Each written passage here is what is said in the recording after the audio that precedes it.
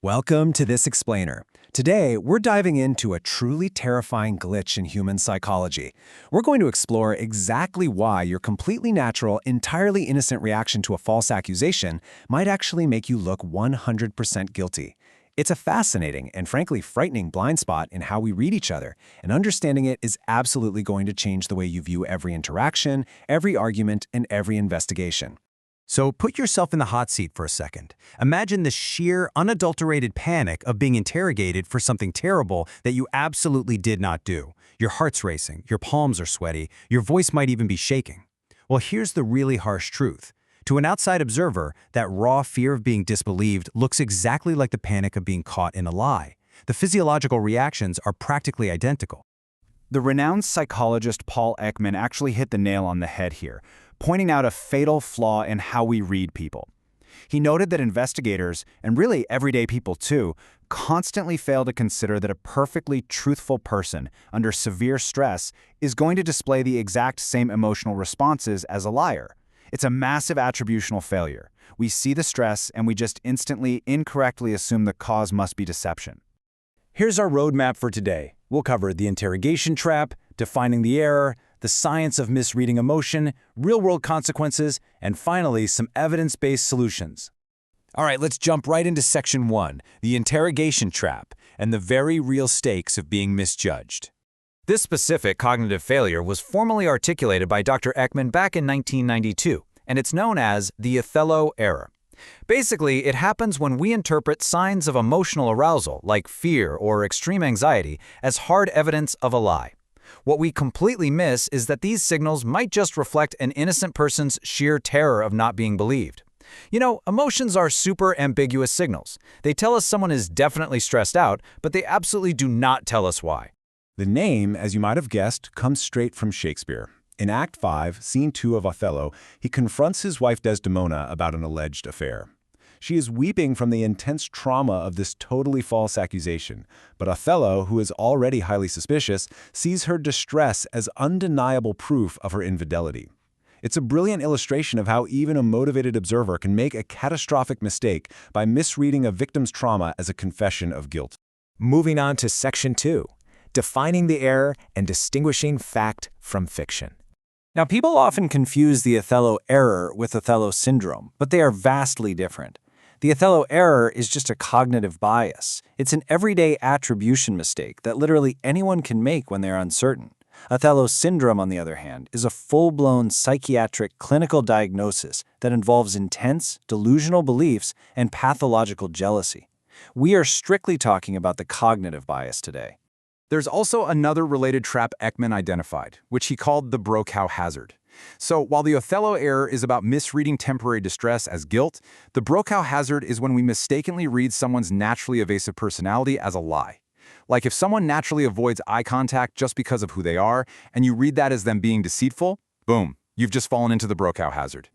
Let's look at Section 3, the science of misreading emotion. Why exactly do our brains fail us so badly here?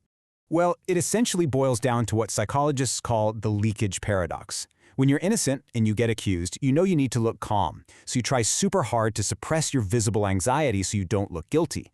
But human emotion is incredibly tricky. Suppressing it actually causes involuntary leakage, these tiny, fragmented micro-expressions of the fear you're trying to hide. Because those are so hard to control, to an observer, you just look incredibly unnatural and evasive. The tragedy is that your attempt to look innocent paradoxically makes you look way more suspicious. Think about all those cultural stereotypes we firmly believe are tells. Looking away, fidgeting, stuttering.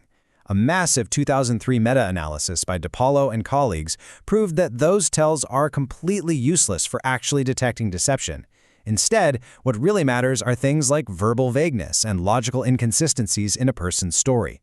We focus so heavily on the superficial body language that we completely miss the actual realities of deception.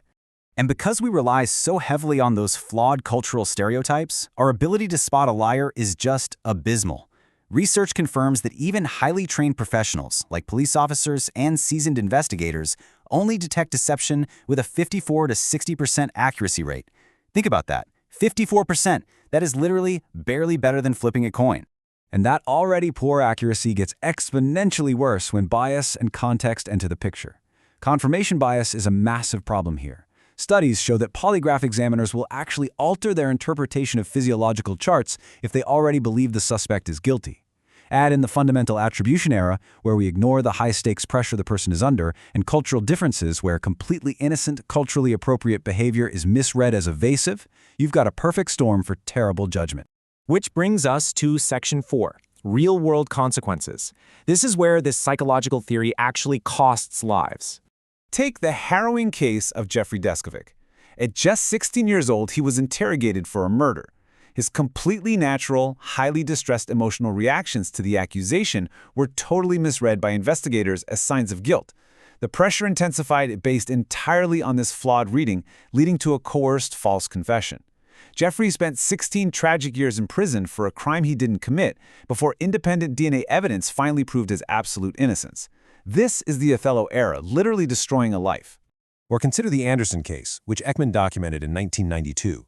Anderson was interrogated for 6 straight days about a murder. He displayed intense emotional distress, hesitation, and volatility. But investigators read this fear and his eventual utter exhaustion purely as deception. After 6 days of relentless psychological pressure fueled by this misinterpretation, Anderson broke and gave a false confession. Months later, the true perpetrator independently confessed to the crime. So, how do we stop this? Section 5, evidence-based solutions for fixing a broken system.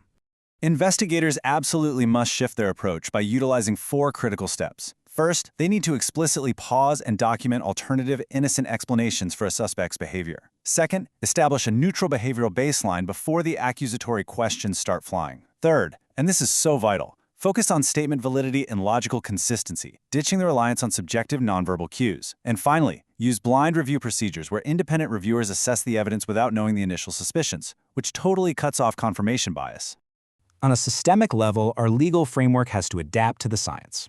That means mandating full audio-video recordings of all interrogations, so we aren't relying on an investigator's subjective memory of someone's behavior. It means shifting training away from gut intuition to the actual limitations proven by empirical research. And courts must demand that expert testimony on deception is deeply rooted in peer-reviewed science, not just anecdotal experience. But what about you? If you ever find yourself facing an accusation, whether it's at work, in your personal life, or legally, you need to follow these steps. Aggressively shift the focus from subjective impressions of your anxiety back to objective facts. Calmly ask them what specific evidence concerns them.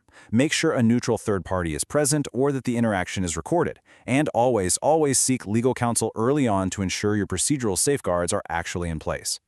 Now, acknowledging this psychological error doesn't mean we just dismiss all behavioral evidence and naively believe everyone blindly. Not at all. The goal here is calibrated judgment. We have to commit to rigorous evidence and logical content over our deeply flawed human intuition. I'm going to leave you with this final, provocative thought for today's explainer.